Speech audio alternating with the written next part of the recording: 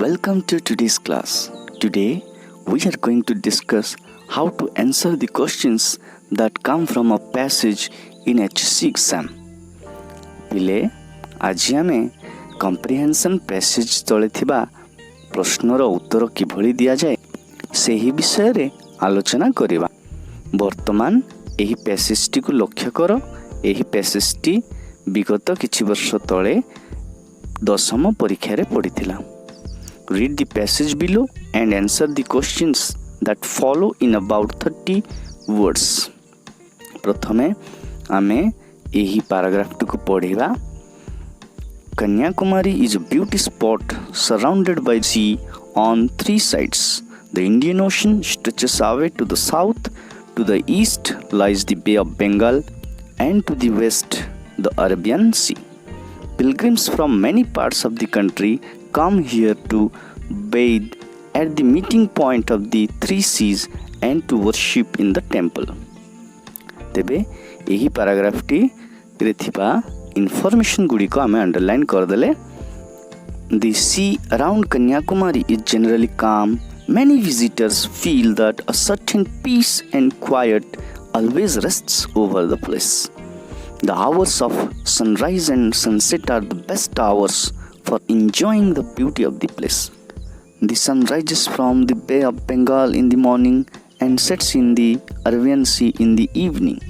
In fact, it is the only spot in India where one can see the sun rising from the sea and setting in the sea.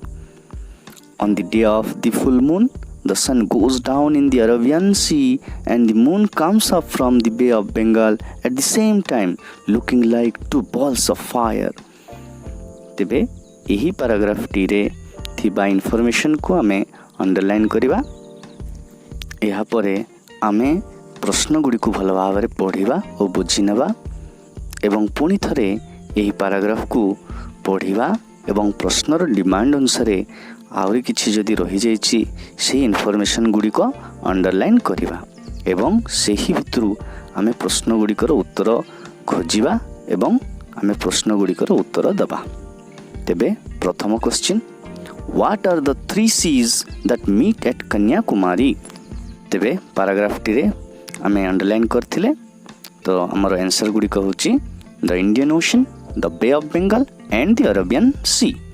तेबे तीनटी को आमे what जगह रे रखि दबा। आउ वर्तमान प्रश्नर जेमिति रहिछि तार पार्ट से भलिया रहिबो। तेबे आंसर टी हला the Indian ocean, the Bay of Bengal and the Arabian Sea are the three seas that meet at Kanyakumari. ये प्रश्न एतिकी ही डिमांड करथिला, आमे एतिकी ही आंसर देछि तो अधिक लिखिबार आवश्यकता नहीं। वर्तमान देखिया द्वितीय question, what is the beautiful sight one can see on the day of full moon? तेबे फुल मून दिनर सौंदर्य विषय एठी आलोचना करिया पई कहै अछि कोन से ब्यूटीफुल साइट। तेबे से ब्यूटीफुल साइट होछि आम अंडरलाइन करथिले the sun goes down in the Arabian sea and the moon comes up from the bay of Bengal at the same time looking like two balls of fire. तो एतिकी आमे what जगह लिखि दबा तापरे प्रश्न राव जहा पार्ट रहिछि सेगुडी को सेमिति ही रहइबो। तो उत्तर हमर संपूर्ण उत्तरटी हला the sun goes down in the Arabian sea and the moon comes up from the bay of Bengal at the same time looking like two balls of fire is the beautiful sight one can see on the day of full moon.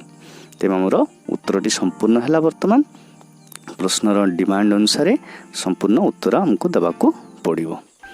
तेबे हमको मन रखिया पड़िबो, अजथा अधिक आमे लिखिबा नाही। तृतीय question, how do the visitors feel here during their visit? Visitors माने जो माने एठा को आसंती से माने किभली अनुभव करंती। तमरो आंसर यह में अंडरलाइन करथिले the visitors feel peace and quite rests over here during their visit. प्रश्नटीर उत्तर हमको छोट लागुथिले मध्य एठारे प्रश्नर डिमांड अनुसार हम उत्तर देइछु, तेणु एठारे संपूर्ण मार्क निश्चित भाव में मिलिबो। प्रश्नर उत्तर आमे चिंता करिकी प्रश्नर डिमांड अनुसार ही सब बेले दबा पई चेष्टा करिबा। चतुर्थ question, why do pilgrims from many parts of the country come to Kanyakumari? ताहले many parts of the country देशर भिन्न भिन्न अंशरू एठारे बा कन्याकुमारी ठारे तीर्थयात्री माने काहींकी आसंती जहाँ आम अंडरलाइन करथिले सेठी खोजिबा देखिबा उत्तर आमर कोन तेबे एटा उत्तर pilgrims from many parts of the country come to Kanyakumari to bathe in the meeting point of the three seas and to worship in the temple ताहले उत्तर आम एठी पाई गले प्रश्नर उत्तर आम एठारे लिखिदबा pilgrims from many parts of the country come to Kanyakumari to bathe in the meeting point of the three seas and to worship in the temple. Which are the best hours for visitors to enjoy the beauty of this spot? ଏହି ସ୍ଥାନର ସୌନ୍ଦର୍ଯ୍ୟକୁ ଉପଭୋଗ କରିବା ପାଇଁ କେଉଁ ସମୟ visitors ମାନଙ୍କର ବା ଦର୍ଶକ ମାନଙ୍କ ପାଇଁ ଉପଯୁକ୍ତ?